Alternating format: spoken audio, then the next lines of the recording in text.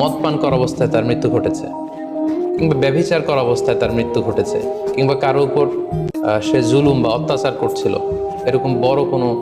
কবিরা গুনাহ সম্পাদন করা অবস্থায় যদি কারো মৃত্যু ঘটে যায়, সেক্ষেত্রে বলা যেতে পারে যে মৃত্যুটি খারাপ ছিল।